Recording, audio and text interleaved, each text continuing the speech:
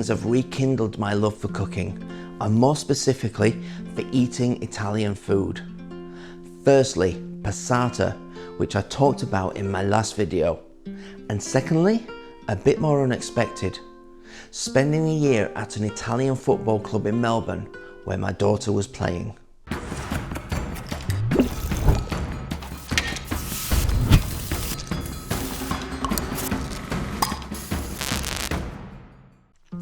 Now, after years of braving wind, rain, hail and blazing sun on open pitches with zero shelter and even less in the way of facilities, I suddenly found myself in the midst of a proper club. One with an actual building, decent amenities, and the best of all, a well-known Italian restaurant right on site. Naturally, I took it upon myself to feast there every Friday night, and it became a ritual, a joyful indulgence, and something I would do whilst my daughter was hard training on one of the pitches outside. And each week I'd look forward to one of their fantastically authentic pasta dishes. There were the staples, like the seafood marinara cooked in a bag, and yes, you had to ask for the white version, which was garlic and oil and not the tomato version. There was the incredible meatballs layered with mozzarella, pasta and meat ragu, and then the Italian sausage served with orecchietti, those little ear-shaped pastas that cradle the sauce just so perfectly. But what really got me was the specials. We were talking duck bolognese, and one week there was beef cheek and pea ragu with bucatini. Every Friday to me, it just felt like opening a present. And then there were parents, many second generation Italians, where we'd talk food over a Moretti or two. It was a hotbed of food and culture, and one I just lapped up. And just to top things off, I recently visited Italy myself with my family. Went to Rome, Florence, and the glorious hills of Umbria. I mean, even in winter, the sun was just kind of out beating its drum, and the food was I was just different. It was rustic, it was honest. It just felt like it was rooted in the land. And in Umbria, I fell for the wild boar, which was a local specialty. I'd go around and I'd wander into small grocers, and you'd see the kind of tomatoes that just made you want to write poetry, and shelves of herbs and cured meats. It was nothing extravagant, it was just deeply satisfying ingredients. And then in Florence, I tackled the legendary Florentine steak, which was unbelievably good. And I ate one of the most beautiful pasta dishes I've ever had. It was a tortelli di pasta fresca ripieni di burrata, which was fresh pasta stuffed with creamy burrata and served with some cherry tomatoes. And in Rome, I fulfilled a long-time culinary ambition to eat cacio e pepe in its birthplace. And let me tell you, I was not disappointed. Simple, but absolutely untouchable. The flavour, the texture of the pasta, the aroma, it just made this grown fella weep.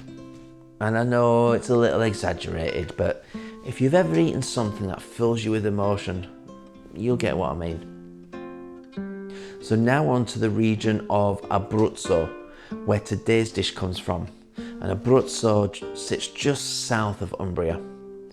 Now it shares a lot of the same earthy, produce-rich traditions. And being an inland region with fertile land, it lends itself to gutsy, characterful wines. And there's one I especially came to love, and the grape is Montepulciano. It's got a deep, earthy kind of flavour, and it's just full of soul. And the one I was drinking, it was like drinking jam. It was just absolutely sensational. So that brings me nicely on to today's recipe that uses this wonderful wine.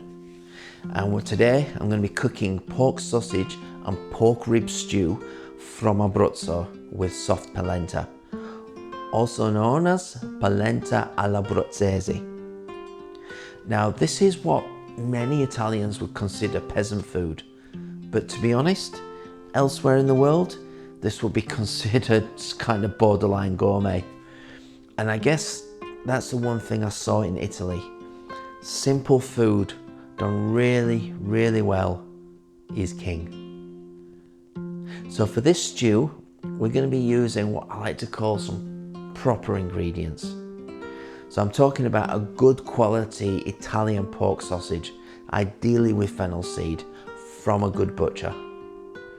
And then we're looking at short pork ribs, also known as the American cut, and preferably from the female pig, the sow, because female pork kind of has a more tender and flavoursome character.